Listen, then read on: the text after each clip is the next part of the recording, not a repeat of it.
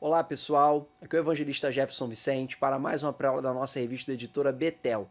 A nossa lição de hoje é a lição de número 6, cujo título é Um Chamado ao Arrependimento. Irmãos, a nossa lição de hoje ela fala acerca do Salmo 51, que certamente é um dos salmos mais lindos da Bíblia. Eu, com certeza, tenho no Salmo 121 dos maiores fontes de consolo de toda a minha vida cristã. Eu fui criado na igreja. Meus pais aceitaram Jesus, eu tinha aproximadamente 7 anos de idade e passei toda a fase da infância mais madura e da adolescência na presença do Senhor. Irmãos, eu vou falar para você, eu já li tantas vezes esse salmo em lágrimas que certamente se for encolhida essa lágrima dava pelo menos um balde de água, tá? De tantas vezes que eu já chorei nesse salmo, de tanto que ele falou ao meu coração e foi uma fonte de consolo para mim nos momentos em que eu errei e que eu me arrependi perante o Senhor. Mas para falarmos do Salmo 91, irmãos, é impossível nós deixarmos de falar acerca de 2 Samuel capítulo 11 em diante, que é a história do rei Davi, ou pelo menos a história do pecado do rei Davi, ou a história da vida do rei Davi a partir do seu pecado. Davi já era um rei consolidado em 2 Samuel capítulo 11. Ele já havia conquistado o reino unificado, ele já reinava em Jerusalém sobre o reino do norte e o reino do sul. Ele já estava subjugando praticamente todos os seus inimigos ao derredor. Davi já tinha proposto no seu coração edificar uma casa para Deus, e Deus já havia feito a promessa para ele de que o seu trono seria eterno, que não faltaria um descendente dele sobre o trono de Israel. Davi já tinha trago a arca do Senhor para Jerusalém também. Davi já tinha vários filhos adultos, ele já era um homem formado quando nós chegamos no livro de 2 Samuel capítulo 11, que é o livro que fala, que é o capítulo que fala acerca da queda do rei. A Bíblia começa dizendo que no tempo em que os reis saíam à guerra, Davi estava em casa. E a Bíblia diz que além de estar em casa, que ele levantou de sua cama à tarde. Quer dizer, Davi estava completamente ocioso. No período em que os reis vão à guerra, irmãos, indica que é no momento em que se costumava guerrear. Provavelmente era um período do verão, onde os campos estavam aptos para as pessoas transitarem com grandes exércitos. Eu não sei afirmar para vocês com precisão o que significa efetivamente essa expressão, mas eu desconfio que tem esse sentido que eu acabei de expor aqui para vocês agora. E Davi era um guerreiro. Ele guerreia desde o período em que ele era pastor de ovelhas. Ele lutou com o leão, ele lutou com o urso, depois ele venceu o gigante, depois ele venceu os filisteus como um dos capitães de Saul, depois ele fugiu de Saul durante vários e vários anos, depois Davi se aliou com reis inimigos para poder sobreviver, depois Davi assume o trono de Judá e fica 7 anos em guerra contra o reino de Israel. Então Davi era um homem de guerra. É tanto isso é verdade que Deus falou, você não vai construir templo para mim porque você é um homem de sangue. Nós vemos também que quando Davi está com aquele problema com seu filho, com Absalão, ele está fugindo, Simei, que é um parente de Saul, começa a acusar Davi como sendo um homem de sangue. Essa foi a acusação que utilizaram contra Davi. Então Davi, ele realmente era um homem de guerra. Outra coisa também importante a dizer é que todos os homens mais importantes da corte estavam na guerra. Eles estavam no fronte de batalha. Então Davi não tinha muito trabalho para fazer como rei, porque as principais demandas vêm através dos líderes da nação. E os líderes da nação estavam em guerra. Outro ponto importante a destacar aqui é que Davi levantou do seu leito à tarde. Quer dizer, muito provavelmente ele acordou depois de meio-dia. Davi estava tendo um momento de ociosidade, um momento de tédio na sua vida. E foi nesse momento que ele subiu no terraço da sua casa, que era um palácio, então devia ser muito mais alto do que a média das outras casas, e de lá ele avistou uma mulher tomando banho. Quando ele avistou aquela mulher, ele mandou chamar os seus servos e perguntou quem era ela. Tá? E aqui vai a primeira observação, o perigo do tédio. Os antigos, irmãos, já diziam um ditado que é muito repetido, que é mente vazia, oficina do diabo.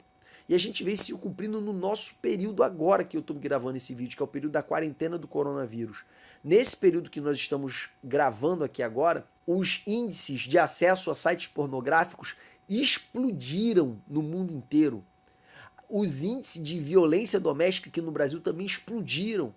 Por quê? Porque as pessoas, ao estarem menos ocupadas, ao estarem com a mente mais à toa, elas dão vazão para o pecado que habita dentro delas com mais facilidade.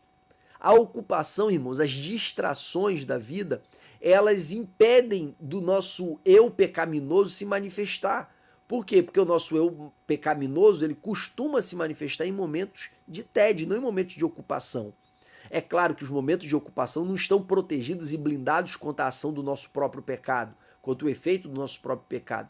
Mas, via de regra, o nosso pecado costuma se manifestar com maior intensidade nos momentos de tédio, nos momentos em que nós estamos com tempo livre para pensar em besteira. E foi isso que aconteceu com Davi. Então ele manda chamar um servo e pergunta: quem é aquela mulher? Usando a linguajar aqui do Rio de Janeiro, quem é aquela novinha ali? Quem é aquela bonitinha ali? E aí o seu servo comenta: rei, ela é Betseba, mulher de Urias o Heteu. Ou seja, rei, ela é uma mulher casada. Ela não é uma mulher solteira. Irmãos, o pecado, ele começa com o desejo, com a concupiscência. Quando a gente lê lá no livro de Tiago, Tiago vai dizer que a concupiscência, uma vez satisfeita, dá origem ao pecado. E o pecado consumado gera morte. Sobre essa concupiscência, irmãos, é bom a gente destacar algumas coisas. O desejo em si não é pecado. Tiago vai falar que a concupiscência, quando ela é satisfeita, ela dá origem ao pecado. E o pecado consumado, ele gera morte. No entanto, como você pode observar, existe uma distinção entre o desejo e o pecado. O desejo pecaminoso que Jesus cita lá no Sermão do Monte, que é o desejo do homem por uma mulher, que não é sua esposa, isso faz com que ele provoque dentro de si um pecado interno, um adultério interno. É aquele tipo de desejo envolto em imaginações. É aquela cobiça em que você imagina o que é do outro sendo seu. E você se realiza, pelo menos parcialmente, com o produto da sua mente. Tá? É eu ficar maquinando, é eu ficar cogitando, é eu ficar imaginando situações com o que é do outro. Tá? E isso que é o pecado. Agora, quando o desejo, ele é aquele desejo espontâneo que nasce, é aquele interesse espontâneo que nasce, se você não dá prosseguimento para isso, nem no mundo da fantasia, nem no mundo da prática, isso ainda não é pecado. Tá? Não é pecado. Então, é possível que hajam homossexuais que desejam homem, que deseja homem, mulher que deseja mulher, como expressão de uma natureza caída, mas não como expressão de um comportamento pecaminoso. A pessoa pode ter o desejo e preferir o celibato, preferir ficar sozinha. E quando ela toma essa decisão por causa de Deus, ela se tornou um eunuco por causa do Senhor. Então, queridos, esse tipo de pessoa não é um tipo de pessoa digna do julgamento de nenhum de nós. É o contrário, ela é digna da nossa admiração, porque ela tem uma inclinação natural contra a qual ela luta com todas as suas forças, incluindo pedindo a força pelo Espírito Santo. Tá? Então, o desejo em si ele não é pecado. Tá? Ele pode ser a expressão de uma natureza caída, mas ele não é pecado como ato. O que é pecado como ato é você transformar aquele desejo ou satisfazer aquele desejo na prática e na realidade. Então, no momento que Davi deseja aquela mulher, ele tinha a opção de simplesmente anular esse desejo, dizendo: não posso ter nada com ela porque ela é uma mulher casada. Ponto. Esquece essa história, vai para o seu harém, procura uma concubina e satisfaz a sua necessidade. Só que Davi não fez isso. Davi, ele mandou chamar aquela mulher. E quando a mulher se aproxima dele, ele toma aquela mulher e tem uma relação com ela. O objetivo de Davi, irmão, não era casar com ela. O objetivo de Davi era apenas satisfazer a sua libido, satisfazer a sua luxúria. E ele manda aquela mulher para casa, sim, pensando que isso não ia chegar no conhecimento de ninguém, só que ela fica grávida. E ela manda comunicar ao rei que estava grávida. Quando Davi recebe essa notícia e ele percebe que qual é o risco dele ser descoberto, ele trama para ocultar o seu pecado. Como é que ele trama para ocultar o seu pecado? Ele manda chamar o esposo dela, que era Urias, manda uma carta para Joabe, um mensageiro para Joabe, mandando voltar Urias, o Heteu. Quando Urias chega, ele pergunta como é que estava a guerra e depois libera Urias para voltar para sua casa. Só que em vez de Urias ir para sua casa, ele dorme aos pés do palácio do rei, como os outros servos do rei. Urias, ele era um homem honrado. E Davi, quando chama Urias para perguntar por que ele não foi para a casa dele, ele disse: como é que eu posso ir para minha casa se os meus amigos, os meus irmãos, todo Israel e o meu senhor Joabe está no campo de batalha? Como é que eu vou usufruir das benécias da minha casa, da minha esposa, quando todo mundo está correndo risco de vida. Urias, irmãos, era um homem honrado. E aí Davi trama uma etapa 2 para ocultar o seu pecado. A etapa 2 foi embriagá-lo. Davi, então, enche ele de vinho. É claro que ele não ia negar as ofertas do rei. E ele se embriaga. Só que ele era tão honrado que mesmo embriagado ele não volta para casa. Ele dorme aos pés do palácio do rei. Então Davi, não vendo alternativa para ocultar o seu pecado, ele faz algo bizarro, algo monstruoso. Davi dá a carta com a sentença de morte nas mãos da própria vítima. Davi escreve uma carta mandando Joabe colocar Urias no fronte de batalha e depois sair da retaguarda dele para que ele morresse. Escreve essa carta, sela com seu selo e entrega na mão de Urias para Urias entregar para Joabe. Olha o tamanho da crueldade de Davi através daquela atitude. Joabe então cumpre a ordem de Davi, Urias morre, Joabe manda mensageiros para Davi. Depois que a mulher de Urias toma conhecimento da sua morte, ela chora o seu luto e após o seu luto, ela se casa com Davi, se tornando mais uma das suas esposas. E aparentemente estava tudo resolvido. O pecado estava ocultado, a mulher que ele desejava agora era dele, o filho que era dele de fato não precisaria passar por filho de outro, ou seja, outra pessoa não ia assumir a paternidade de maneira enganada acerca daquela criança. Aparentemente era o crime perfeito. Só que a Bíblia diz lá no final do capítulo 11, porém isso não pareceu bem aos olhos do Senhor. Irmãos, não existe crime perfeito. Porque no geral, todos aqueles atos que aparentemente são crimes perfeitos, sempre tem uma testemunha. Isso aí é a regra geral. É só você lembrar no caso de Moisés, que matou o egípcio pensando que ninguém estava vendo. E no dia seguinte, quando ele foi apartar a briga dos hebreus, o hebreu acusou ele. Você vai fazer comigo como você fez com o egípcio ontem? Na mente de Moisés, ele tinha feito um crime absolutamente perfeito. Ninguém viu. Ele matou e ocultou o corpo. No entanto, alguém viu. No caso de Davi, esse sim aparentemente era o crime perfeito. Ninguém podia desconfiar do que tinha acontecido. Só que aquele que tem olhos como chama de fogo, esse viu. Não somente ele, mas Satanás também viu. Satanás ele observa os nossos pecados para depois funcionar como nosso acusador. Mas o que mais importa é que Deus viu. E a Bíblia diz, isso não pareceu bem aos olhos do Senhor. Então Deus manda no capítulo 12 de 2 Samuel o profeta Natã até Davi. E Natã começa contando uma história. Aqui vai uma dica, irmãos. Profeta também tem que ter sabedoria, tá? Pastor tem que ter sabedoria para falar. Profeta tem que ter sabedoria para falar. Pregador tem que ter sabedoria para falar. Porque o mais importante, irmãos, não é apenas entregar a mensagem de qualquer jeito, com ignorância. O mais importante é entregar a mensagem da melhor maneira possível para que ela surta o maior efeito possível. O objetivo da entrega da mensagem não é se livrar dela. O objetivo da entrega da mensagem é gerar transformação em vida. Porque as palavras de Deus são vida. Então, o profeta, ele entrega a mensagem de uma maneira que o rei pudesse reconhecer-se enquadrado nela. E então o profeta conta uma história de um homem que tinha muitas ovelhas, um homem rico, e um homem pobre que só tinha uma cordeirinha. E essa cordeirinha cresceu juntamente com seus filhos. Só que o rico, olhando para o pobre, ele cobiçou, ele desejou a única ovelhinha que esse pobre tinha. E a arrancou dele, a tomou dele. E então o profeta pergunta para o rei, qual é a sentença desse homem, rei? E o rei declara, esse homem é digno de morte. A Bíblia diz que a ira de Davi se acendeu contra esse homem, contra esse rico. Então o profeta se apropria dessa informação de Davi e fala, esse homem é você. Aqui vai mais um detalhe nessa história. Aconteceu com Davi aquilo que a psicologia chama de dissonância cognitiva. Os teus atos, as tuas práticas não são compatíveis com os teus valores. Quando há uma dissonância cognitiva, irmãos, nós entramos numa crise. Quando nós fazemos alguma coisa que nós não acreditamos ou acreditamos no sentido contrário, a gente entra numa crise. E a nossa mente, ela precisa buscar uma solução para essa crise. E como que ela faz para buscar essa solução?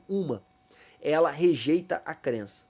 Então a pessoa, ela conhece muitas pessoas divorciadas que são felizes. Então ela relativiza o mandamento de que aquele que Deus uniu não separe o homem. A pessoa começa a dizer, não, isso é para aquele tempo, não é para hoje. Aí começa a dar um monte de justificativa para o mandamento do Senhor.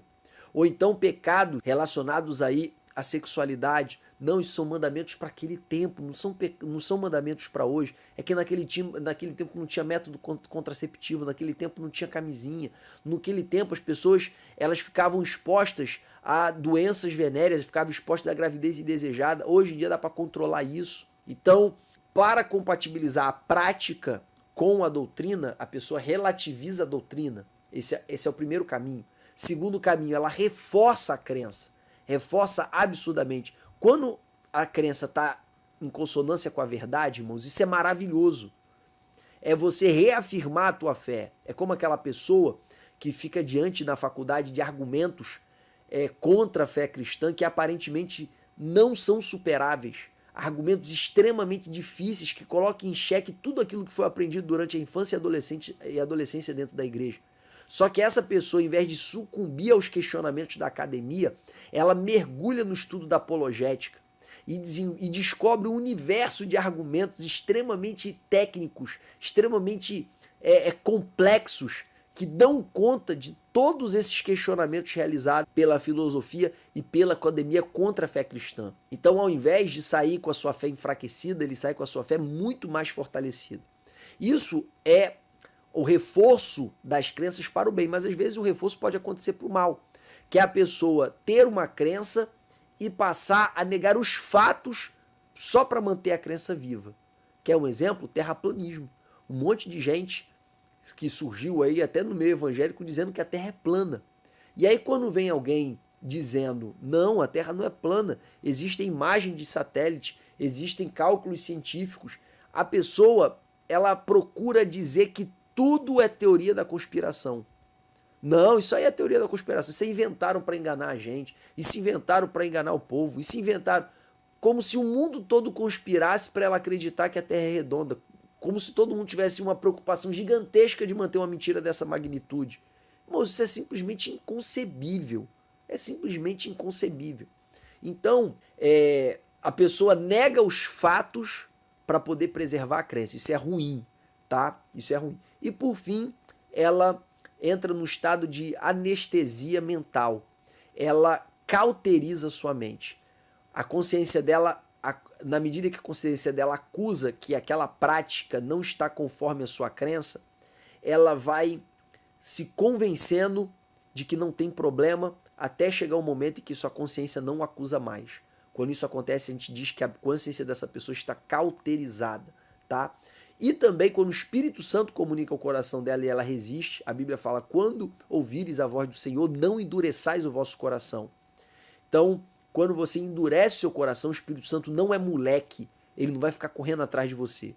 Ele tenta te comunicar, te convencer do pecado, mas se você resiste, ele para de tentar de te convencer.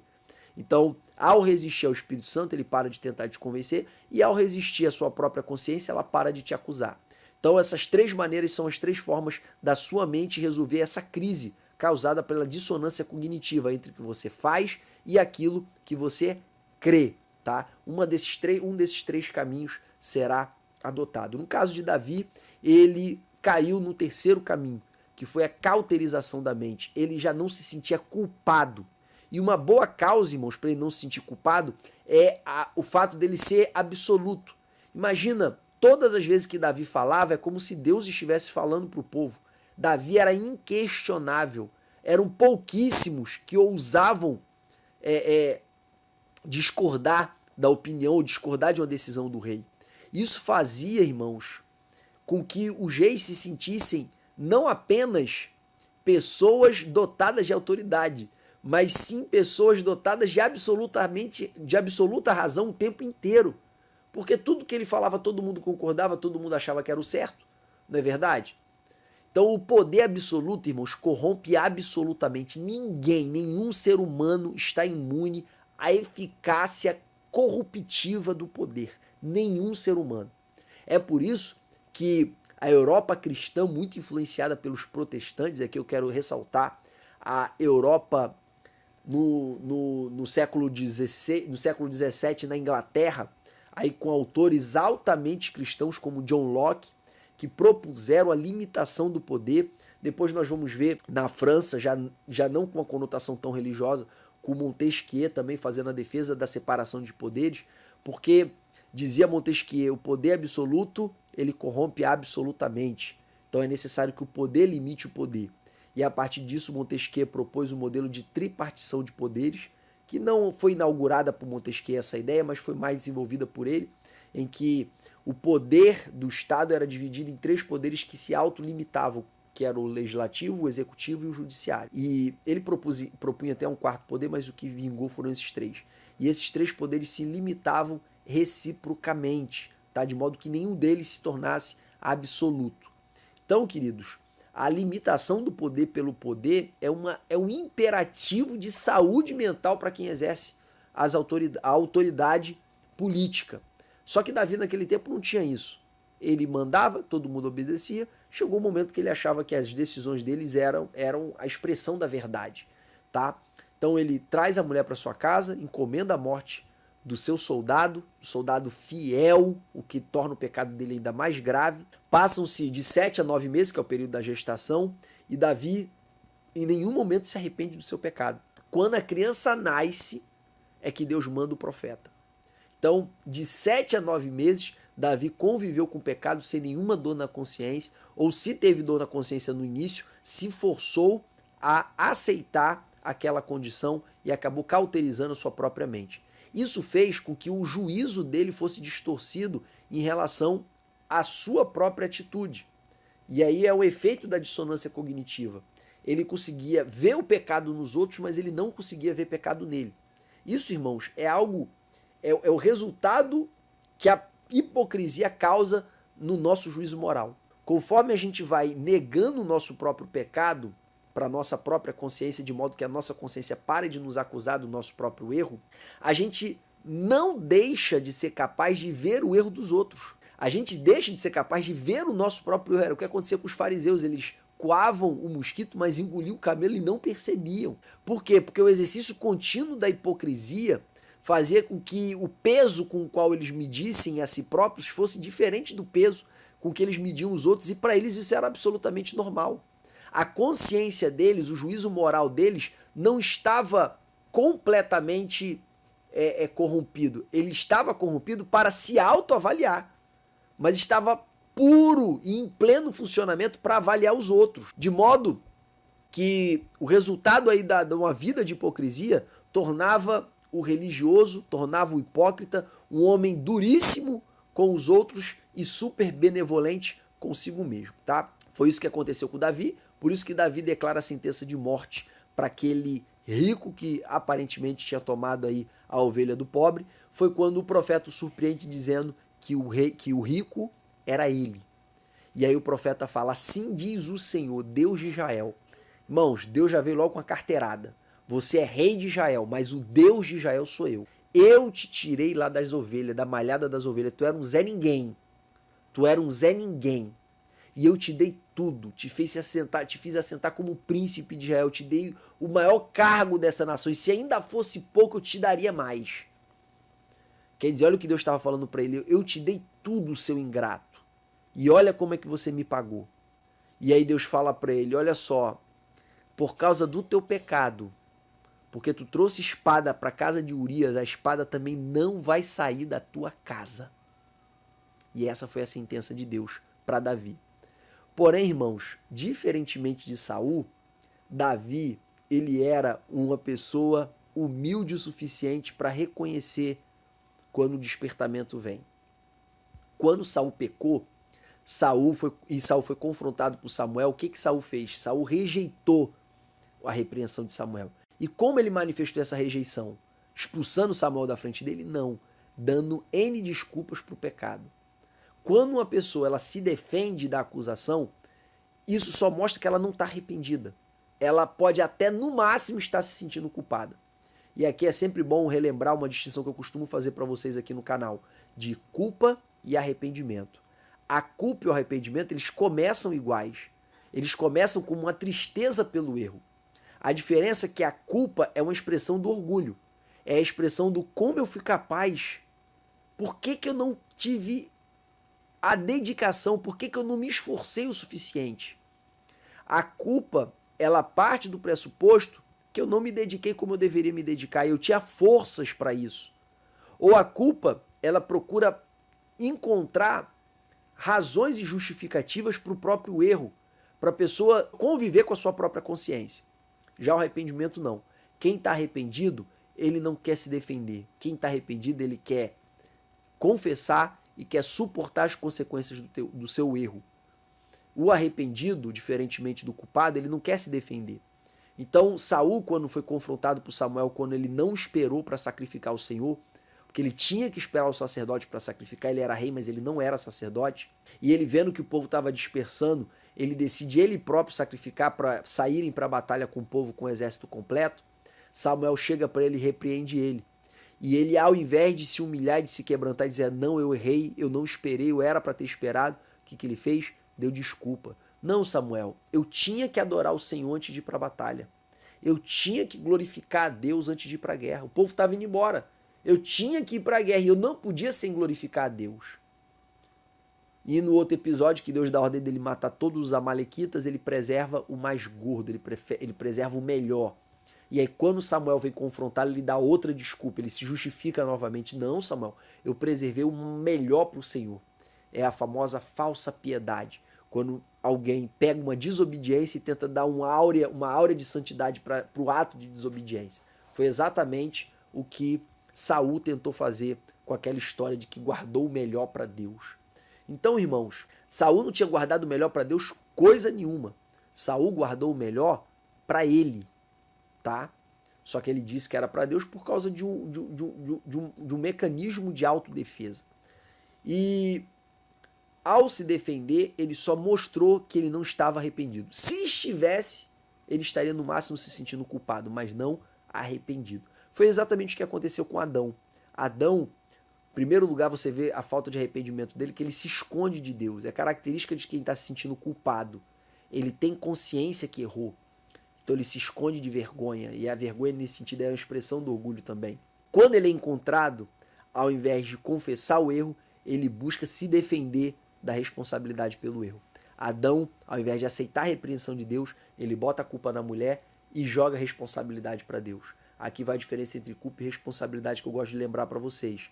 Se eu estou no 10º andar de um prédio e minha filha joga um objeto lá de cima e acerta a cabeça de alguém, a culpa é dela, porque ela sabe que ela não pode jogar. E a responsabilidade é minha, que deveria ter evitado que ela jogasse. Se a pessoa for processar, não vai processar minha filha, ela vai processar a mim. Por quê? Porque eu sou o responsável, tá? Agora, a culpa não é minha, porque não fui eu que joguei, a culpa é dela. Então, dita essa distinção, feita essa distinção aí para vocês, a gente já começa a perceber o que Adão fez. Ele jogou a culpa para a mulher e jogou a responsabilidade para Deus. Foi a mulher que tu me deste. Culpa na mulher, responsabilidade para Deus que deu a mulher para ele. Então, Adão se defende, Saul se defende. Só que Davi era um homem quebrantado. E ao invés de se defender, ele diz, pequei contra o Senhor. Ele confessa e não busca botar nenhum nível de justificativa no seu pecado.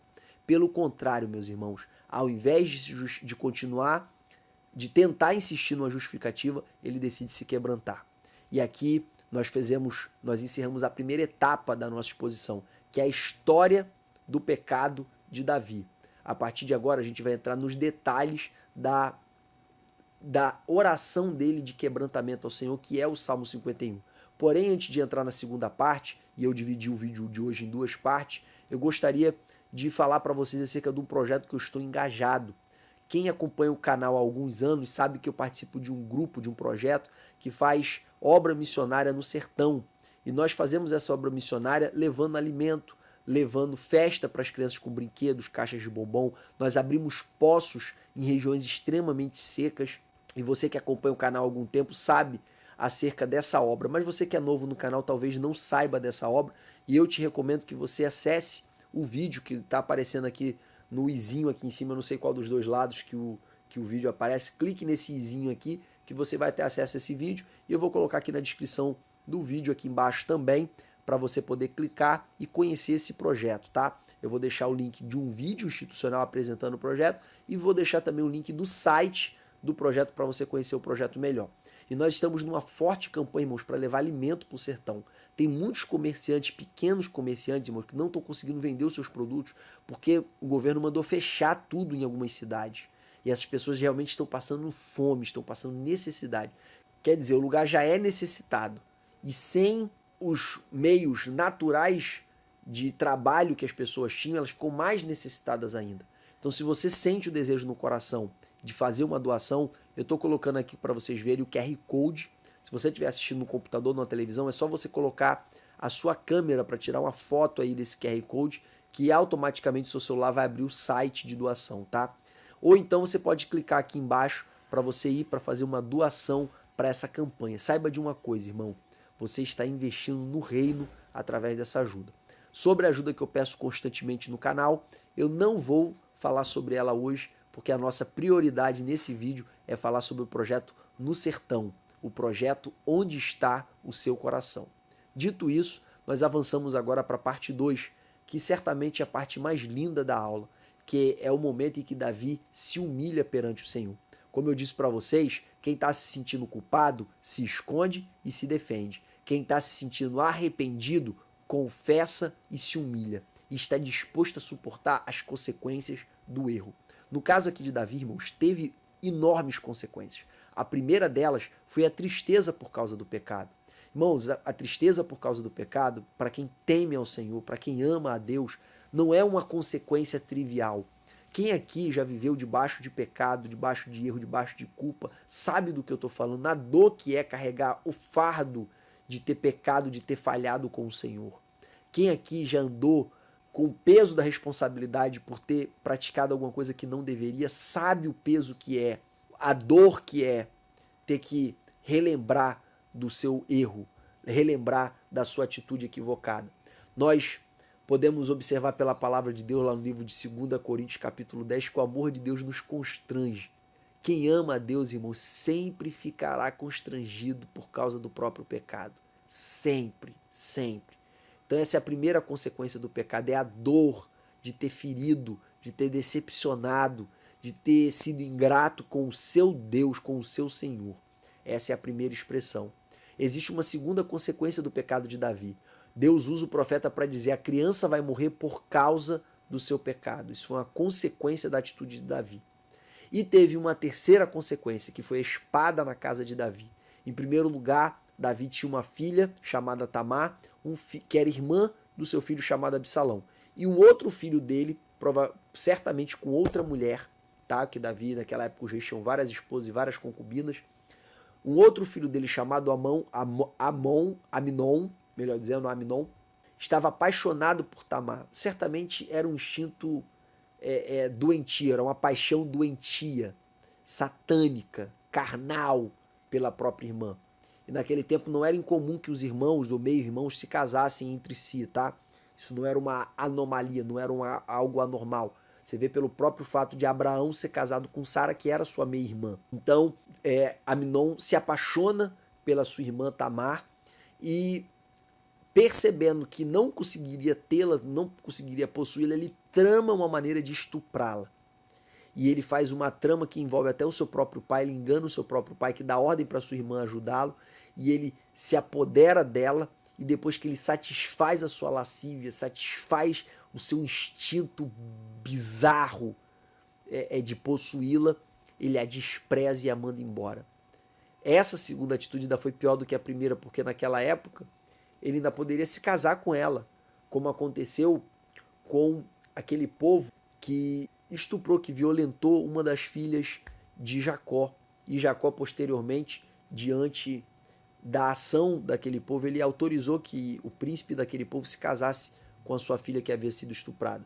Logo na sequência, Simão e Levi, ele vinga a honra da irmã contra a vontade do pai, contra a vontade de Deus, e mata toda aquela população no momento que eles estavam ali, provavelmente no período de resguardo da circuncisão, porque eles, para se aliarem com a família de Jacó exigiu que ele se circuncidasse. Então, era possível eles se casarem, tá? Era possível. Só que o segundo erro dele ainda é pior do que o primeiro em relação à sua irmã, porque ele desgraça a vida dela naquele momento. Depois de estuprá-la, ele a abandona, de modo que provavelmente ou dificilmente ela conseguir um casamento depois disso que aconteceu. Então, depois dessa atitude de Aminon, Absalão, que era irmão de Tamar, irmão de pai, irmão, de mãe, ele propõe no seu coração se vingar contra o seu irmão e ele espera passar 2 anos. Você vê, irmãos, que o instinto do coração de Absalão era mau, ele era perverso. Ele conseguiu guardar um ressentimento durante 2 anos e tramou a sangue frio uma maneira de matar o seu irmão. Ele leva a cabo essa trama, mata o seu irmão e foge. Ele demorou um tempo até voltar à presença do seu pai, se decorreu alguns anos, e depois que ele voltou à presença do seu pai, ele tramou de todas as formas para colocar Israel contra o seu pai. E essa trama funcionou, ele formou um grande exército, Davi teve que fugir de Jerusalém para não ser morto, e quando ele chegou em Jerusalém, para ele demonstrar que o caminho dele não tinha volta, ele violentou todas as concubinas do seu pai que ficaram na casa, guardando a casa, como uma demonstração de que a relação dele com o pai não teria volta, tá? Para que o povo que estava ao lado dele não temesse que os dois se realinhassem novamente e fossem contra os traidores, de modo que aquilo que Davi fez em oculto ficou exposto à vista de todo Israel, conforme a profecia do profeta Natã. Depois disso, irmãos, Davi teve um fim relativamente apagado, tá? Não foi o Davi do livro de 1 Samuel e do livro de 2 Samuel. Um homem segundo o coração de Deus, que adorava e os demônios eram expulsos, que mesmo tão jovem, tão pequeno, derrotava gigantes. O fim da história de Davi não foi tão brilhante quanto o começo. No entanto, o fim da história de Davi continuou contando com a fidelidade de Deus. Deus não se esqueceu de Davi. E aqui vai 2 alertas. O primeiro deles, o primeiro grande alerta, é que a gente não pode brincar com o pecado. Irmãos, a Bíblia fala, resistir ao diabo e ele fugirá de vós. Então, em relação ao diabo, a gente tem que resistir, a gente não pode ceder um passo para trás. Toda vez que o inimigo vem contra nós para nos destruir, para nos afrontar, toda vez que o inimigo usa alguém para tentar nos parar, a gente não pode recuar. Resistir ao diabo e ele fugirá de vós. Essa é a palavra do Senhor. No entanto, a Bíblia não manda a gente resistir ao pecado. Paulo, escrevendo a Timóteo, que era um jovem pastor, Paulo dá um conselho para ele: Timóteo, foge dos desejos da mocidade. Não tenta resistir, Timóteo. Você não vai vencer a força do desejo da tua carne. A força do desejo da tua carne é mais poderosa do que a força da tua disciplina. Então foge, Timóteo, do pecado. Nós vamos ver, irmãos, que essa estratégia foi muito bem sucedida na história de um grande homem de Deus que foi José. José, quando esteve diante da mulher de Potifar, irmãos, ele não tentou convencer ela de que ele não queria se deitar com ela. José largou a capa para trás e correu no meio do mundo. Esse é o método de Deus para nós vencermos as tentações relacionadas à nossa carne. No entanto, Davi não seguiu esse princípio. Davi não fugiu do pecado, ele abraçou o pecado. E aqui vai o alerta: até os heróis da fé podem cair quando não vigiam. Davi não era um crente qualquer, irmãos. Como eu disse para vocês, ele cantava, demônios saíam. Dos 150 salmos, Davi escreveu aproximadamente 70. Então é o maior salmista da Bíblia, disparado. Davi é chamado de um homem segundo o coração de Deus. Quando você vai para Hebreus capítulo 11, que é a galeria dos heróis da fé, que registra os grandes homens de Deus do Antigo Testamento, você vai encontrar lá o nome de Davi como um herói na fé, como um exemplo de vida a ser seguido. Então, meus queridos, Davi, ele não era qualquer homem, ele era um gigante na presença de Deus. Ele estava ali na estatura de Abraão, ele estava ali na estatura de Moisés, ele estava ali na estatura de Elias. Todos esses homens que marcaram a sua geração e que se tornaram referencial para gerações futuras. Tanto é que Jesus, ele é descendente de Abraão, conforme a promessa de Gênesis 2. Jesus é o cumprimento da profecia de Moisés, de Deuteronômio 18:15, que diz que suscitarei um profeta como tu, Moisés. E diga para o povo que a este o povo deve ouvir, porque aquele que não ouvir será morto. Então Jesus é um profeta conforme Moisés. E Jesus também é um rei segundo a descendência de Davi.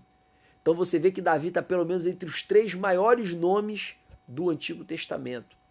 Então até os gigantes na fé, irmãos, eles podem cair se não vigiarem, se brincarem com o pecado. Isso é um alerta para nós. Deus falou para Caim: Caim, se bem fizeres, não haveria, pois, aceitação para ti. Contudo, Caim, se mal fizeres, o pecado jaz à porta. Ninguém está imune à influência, ao poder do pecado. Enquanto isso que é corruptível não for revestido de incorruptibilidade, irmãos, convém que nós vigiemos a todo momento, porque o pecado ele pega membro, ele pega novo convertido, mas ele também pega professor de escola dominical, ele também pega pastor, tá? Tanto os pecados visíveis e de escândalo, como foi o caso do pecado de Davi, como pecados invisíveis, como inveja, orgulho, cobiça. Aqui eu estou falando daquela cobiça específica de Mateus capítulo 5 a 7. Então, queridos, é muito importante, mas muito importante, a gente redobrar a nossa vigilância mediante essa palavra, porque até os gigantes na fé podem sucumbir diante das fraquezas da carne. Então, avançando aí, Davi ele colheu enormes consequências pelo seu erro. No entanto, irmãos, uma consequência ele não colheu, que foi ser rejeitado por Deus. Essa consequência que aconteceu com Saul não acometeu a vida de Davi. Por que não acometeu? Porque Deus, irmãos, ele resiste àqueles que se sentem culpados ou com remorso, mas Deus não resiste àqueles que estão arrependidos. O próprio Deus falou: se o meu povo que se chama pelo meu nome se humilhar e orar e buscar a minha face e se converter dos seus maus caminhos, eu ouvirei do céu, perdoarei os seus pecados e sararei a sua terra. Quando há arrependimento e conversão, irmãos, é impossível que as mãos de Deus não se estendam para salvar. Como ele disse: eis que as minhas mãos não estão encolhidas para que não possa salvar, nem meu ouvido agravado para que não possa ouvir, mas é o vosso pecado que faz abismo entre vocês e eu. Então, queridos, Deus ele não se nega a perdoar quem se arrepende. Jamais você vai encontrar na Bíblia Deus se negando a perdoar quem se arrepende. Deus se nega a se relacionar com quem está culpado ou com remorso. E aqui vai mais uma explicação. O que é remorso? Remorso, irmãos, é diferente da culpa e do arrependimento, porque a culpa e o arrependimento é a tristeza pelo erro. O remorso é uma tristeza pela consequência do erro. É aquele rapazinho que vai fazer a prova na escola e leva a cola. E se ele tirar a cola e tirar 100, ele vai tirar onda com todos os amiguinhos dele. Ah, eu colei, tirei 100, sou o cara. No entanto, se a professora pegar a prova dele e der 0 para ele porque ele está colando, em vez de se alegrar, ele vai se entristecer. Caramba, eu era para ter estudado mais. Caramba, eu não acredito que eu fiz uma coisa dessa. Por que eu colei? Nesse caso aí, irmãos, ele só está triste pelo erro por causa da consequência que o erro gerou, tá? No caso de Davi, queridos, Davi se arrepende mesmo antes de qualquer uma das consequências do erro dele, exteriores, se manifestar. A criança ainda não tinha morrido, os seus filhos ainda não tinham se matado uns aos outros e se rebelado contra ele. Davi ele se arrepende porque ele toma consciência da consequência do seu pecado. E ele conhecia tanto a misericórdia e o amor de Deus, irmãos, que mesmo sabendo que existia uma sentença de morte contra o seu filho, ele luta em oração pela criança. Ele luta em humilhação pela criança. E ao invés de dar desculpa pelo pecado, ele se prostra com o rosto em terra, diz a palavra de Deus lá em 2 Samuel capítulo 12 e 13, que ele se humilha perante o Senhor e fica 7 dias sem comer. Os seus servos pensam que ele está sem comer por causa da tristeza em virtude da doença da criança. No entanto, essa não era a causa. Ele estava sem comer para se humilhar perante a face do Senhor, para pedir misericórdia para a criança. Tanto isso é verdade que no momento que a criança morre, a notícia chega para Davi. Davi, a criança morreu. Na verdade, ele entende pelo cochichar dos servos que a criança tinha morrido. Então ele chama os servos e pergunta se a criança realmente ainda estava viva ou já tinha morrido. Quando eles respondem que a criança tinha morrido, Davi pede pão e pede água e se alimenta e supre a sua fome. Então os seus servos ficam admirados, porque o jejum, irmãos, era algo realizado como instrumento de luto. Era comum as pessoas jejuarem diante dos mortos, ou então quando elas queriam se humilhar muito diante de Deus, tá? Elas podiam cobrir a cabeça de cinzas, vestir pano de saco, jejuar, rasgar as próprias vestes. Esses eram atos de humilhação, que não eram realizados apenas perante o Senhor, eram realizados também quando a notícia ruim vinha, quando alguém morria, tá? Então, ao verem Davi jejuando, eles imaginaram que Davi estava como se fosse de luto pela criança. E aí, quando a criança realmente morre, ele pede para comer, eles não entenderam nada. Davi explica que ele estava de jejum para pedir misericórdia para Deus e não por tristeza por causa da criança, tá? Então você vê que Davi, ele se quebrantou Ele se humilhou de todo o coração, buscando o perdão de Deus. E eu não sei, irmãos, se foi nesse momento ou se foi em momento posterior que ele escreve o Salmo 51. Como eu disse para vocês, foi provavelmente o salmo que mais marcou a minha vida. Foi um dos salmos que mais me consolou durante todos os meus períodos de tristeza pelos meus pecados e pelas minhas falhas. Como eu disse para vocês antes, é impossível alguém que ama a Deus, é impossível alguém que é grato a Deus falhar, ou seja, pecar e não se constranger pelo pecado e não sentir dor pela culpa do pecado, pela consciência do erro praticado. Você vai ver isso muito claramente em Pedro, quando Jesus manda ele lançar a rede, ele colhe aquela multidão de peixe, salvo engano, no relato de Lucas. Quando Pedro chega à praia, ele olha para Jesus e fala: Mestre, aparta-te de mim, porque eu sou um homem pecador. Pedro tinha consciência plena da sua indignidade perante Jesus. Nós vamos encontrar Isaías também, irmãos, quando ele contempla a glória do Senhor. Antes disso é ai de Edom, ai de Samaria, ai de Jerusalém, ai de Moabe, ai de todo mundo. Mas quando ele contempla a glória de Deus, ele fala: ai de mim, porque sou um homem de lábios impuros e habito no meio de um povo de impuros lábios. Então, queridos, toda vez que alguém se coloca diante da santidade, da perfeição de Deus, esse homem, ele necessariamente vai se constranger. E Davi aqui não foi diferente. Tendo plena consciência do seu pecado perante o Senhor, ele se humilha perante o Senhor, pedindo a misericórdia de Deus. E ele começa escrevendo assim, Salmo 51, versículo 1 a 5, depois a gente vai ler o versículo 7 e o versículo 9, que são os pedidos de perdão, pedido de misericórdia. Tem misericórdia de mim, ó Deus, segundo a tua benignidade. Apaga as minhas transgressões, segundo a multidão das tuas misericórdias. Lava-me completamente da minha iniquidade e purifica-me do meu pecado. Porque eu conheço as minhas transgressões e o meu pecado está sempre diante de mim. Contra ti somente pequei, e fiz o que os teus olhos é mal, para que seja justificado quando falares e puro quando julgares. Eis que iniquidade fui formado, e em pecado me concebeu a minha mãe. Purifica-me com hisopo e ficarei puro. Lava-me e ficarei mais alvo do que a neve. Esconde a tua face dos meus pecados e apaga todas as minhas iniquidades. Aqui Davi apela nitidamente para a misericórdia do Senhor. Ele apela nitidamente para a benignidade do Senhor.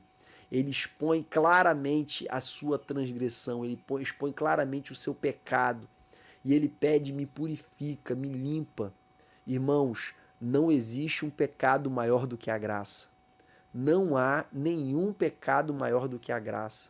Qualquer pecado, irmãos, se ele for seguido de arrependimento, ele vai sucumbir diante do tamanho do amor e da misericórdia do Senhor.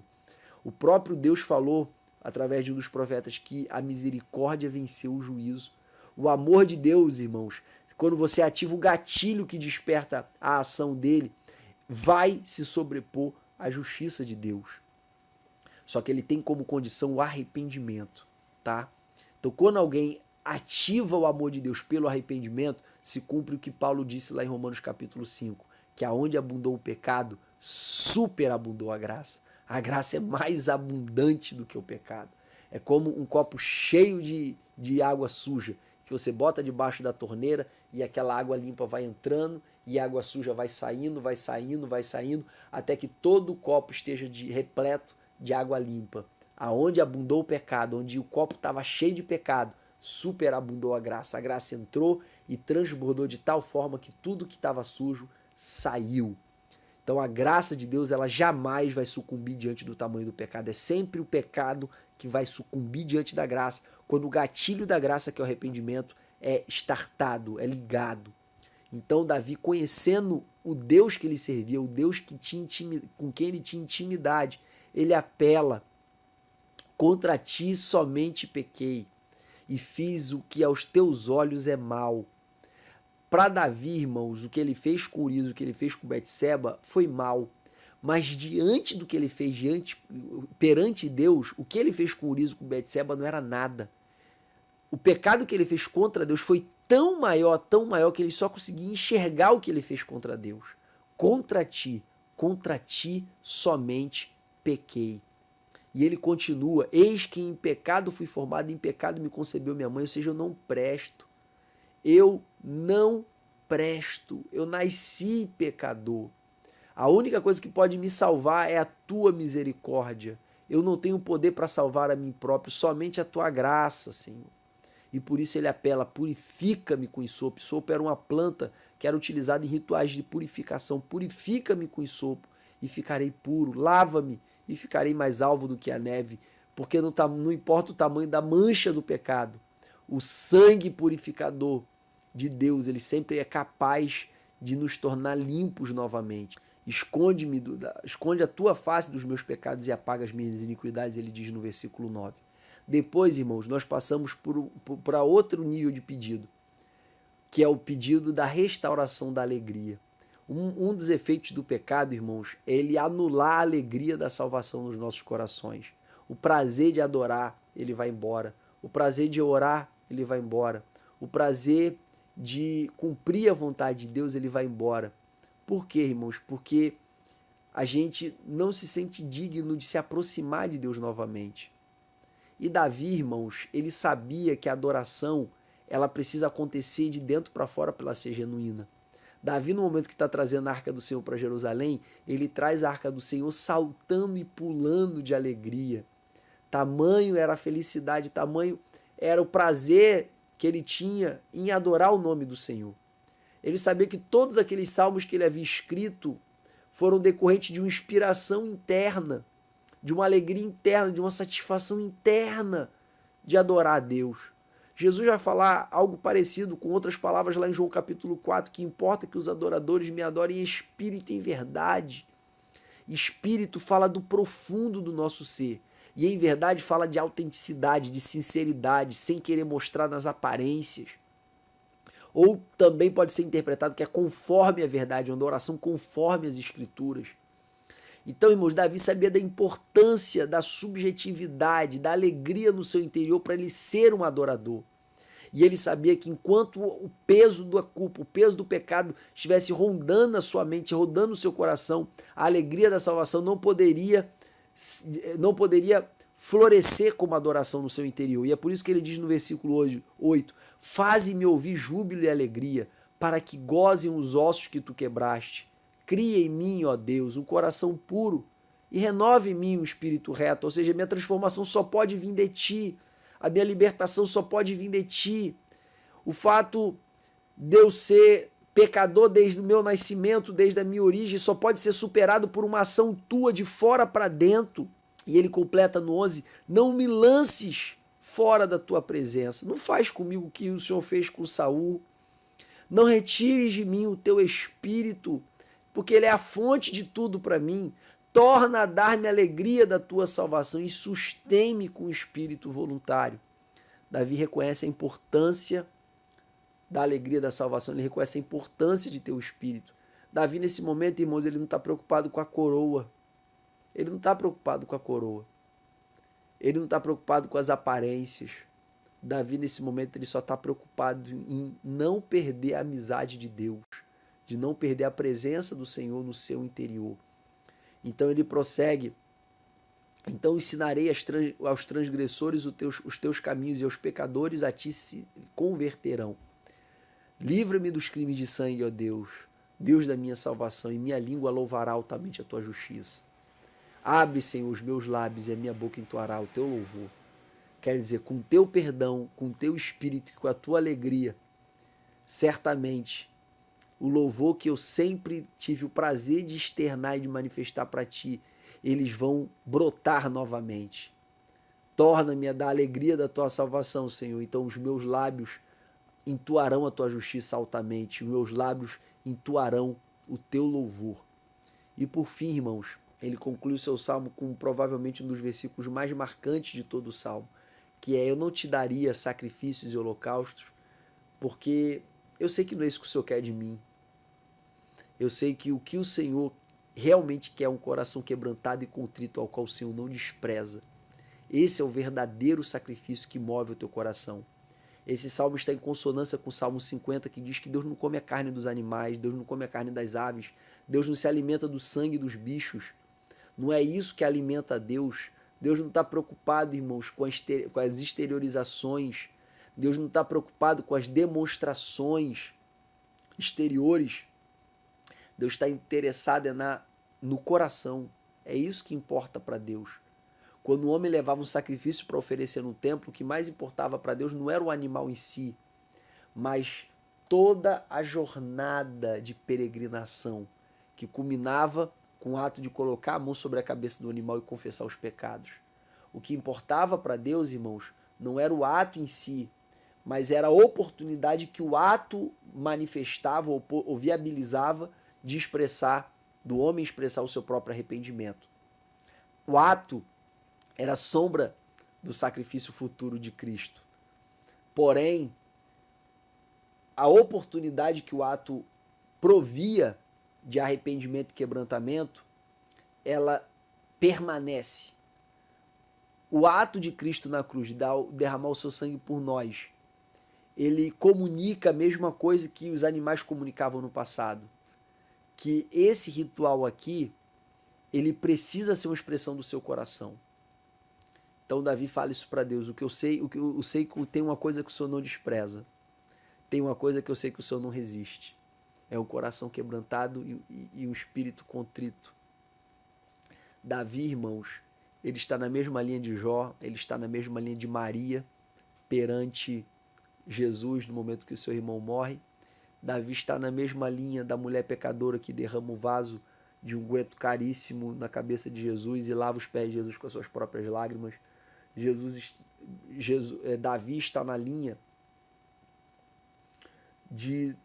dos 24 anciãos, Davi está na linha dos 4 seres viventes, Davi está na linha de todas as outras expressões de adoração na Bíblia, em que o coração, as atitudes foram a exteriorização do coração, e por isso Davi conclama no final do capítulo que aí então se oferecerão sacrifícios no teu templo. Quer dizer, quando o coração estiver quebrantado, quando o coração estiver contrito, quando eu me tornar irresistível para ti mais uma vez, aí então eu posso cumprir a formalidade que expressa a subjetividade. Queridos, essa foi uma das aulas mais deliciosas de falar para vocês. Eu, estudando para essa aula, eu preguei na minha igreja e o Espírito Santo comunicou a alguns corações acerca da verdade dessa palavra e 2 pessoas vieram confessar pecados para mim como pastor delas. E eu fiquei muito feliz da palavra ter surtido efeito e o efeito imediato. E eu queria trazer uma palavra para você também. Os gigantes também caem. Não importa o tamanho da tua posição, não importa o quanto você pode perder confessando o seu pecado. Eu tenho uma palavra para você. A misericórdia do Senhor é maior do que o juízo dele para aqueles que se arrependem. Aquele que confessa o seu pecado e deixa encontrar a misericórdia, mas aquele que o retém não prosperará. Confessai os vossos pecados uns aos outros e oreis uns pelos outros para que sarareis. A confissão, ela é o caminho da cura. E se você está vivendo debaixo de pecados que ainda não foram confessados, meu irmão, minha irmã, abra o teu coração. Viva a plenitude da bênção do perdão de Deus, confessando para que você seja curado dessa iniquidade. Essa é a minha palavra para você. Hoje eu não apenas ensinei, não foi apenas uma aula dividida em tópicos, organizada. Hoje foi uma pregação-aula. E que o Espírito Santo possa usar essa pregação-aula para comunicar essa verdade ao seu coração. E você que é professor, que está dando aula, seja online, seja presencial para poucas pessoas, vigia, por favor. Você que está ministrando aula para poucas pessoas online e está usando esse vídeo como referência, eu quero te pedir para você não deixar de orar pelos teus alunos, como eu vou orar por vocês agora que estão me assistindo. Orem por eles, para que Deus dê coragem para eles. Quem já viveu, irmão, algum tipo de pecado que foi desafiado pelo Espírito Santo para confessar, sabe o quão difícil é. A sua mente carnal fica todo o tempo dizendo para você, não precisa, já passou, você só vai piorar as coisas. Irmãos, isso não é Deus. A palavra de Deus vai dizer para você, confessa, porque é assim que está escrito. Se tem uma voz em você dizendo não precisa confessar, ela está te enganando. Ela está mentindo para você. É a sua carne ou é o diabo falando na sua mente. Então eu quero orar por você agora para que Deus venha te dar força para você vencer esse pecado e viver a plenitude da graça dele. Como Davi viveu, a promessa de Deus que o trono dele seria eterno, porque não faltaria um descendente dele no trono, permaneceu de pé. Davi não saiu da galeria dos heróis da fé, não aconteceu com ele como aconteceu com Salomão. Davi, ao se arrepender, ele reconquistou o coração de Deus, muito embora Deus, por ser justiça, não o privou das consequências do pecado. Mas ele foi privado da principal consequência do pecado, que é o afastamento de Deus. Essa consequência não aconteceu. Então vamos orar agora. Pai, muito obrigado por essa aula. Obrigado, Senhor, pela oportunidade de ministrar, Senhor, um conteúdo, Senhor, tão extraordinário, que é o conteúdo da Tua graça. Senhor, é impossível falar da graça sem o juízo, é impossível falar do juízo sem a graça. Falar da graça sem a justiça, Pai, é pregar, Senhor, uma graça barata, um evangelho sem cruz, um discipulado sem morte. Em contrapartida, falar de um juízo sem complementar com a graça, Senhor, é pregar o Deus dos fariseus, é pregar o Deus dos religiosos, é pregar o Deus que apenas sabe julgar, apenas sabe condenar. Não, esse não é o nosso Deus. O nosso Deus, ele é tanto amor quanto ele é justiça, simultaneamente.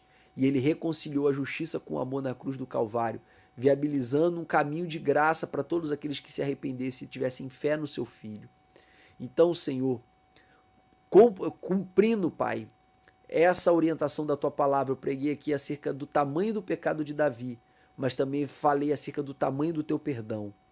Falei, Senhor, acerca, Pai, da restauração que aconteceu na vida de Davi e da manutenção da Tua promessa na vida dele, Senhor, mesmo depois desse pecado, por causa do arrependimento dele. O Senhor não o rejeitou como o Senhor fez com Saul, mas o Senhor permaneceu com a sua promessa de pé na vida do teu filho por causa do seu quebrantamento, do seu arrependimento e da sua confissão. Então, Senhor, diante desse exemplo, nós não podemos ficar inertes. Nós não podemos ouvir uma palavra dessa e permanecer iguais. É por isso que eu te peço, Deus, que em nome de Jesus, o Senhor venha dar força para os teus filhos que estão ouvindo aqui agora, para que eles venham ser curados, Senhor, por intermédio, Senhor, da tua palavra. Cura, Senhor. E qual é essa cura? É a cura da voz que diz não precisa confessar. É a cura da fraqueza que não torna viável a atitude da confissão. Cura eles, Senhor, dessa limitação em primeiro lugar. E em segundo lugar, cura, Senhor, da principal consequência do pecado, que é a morte.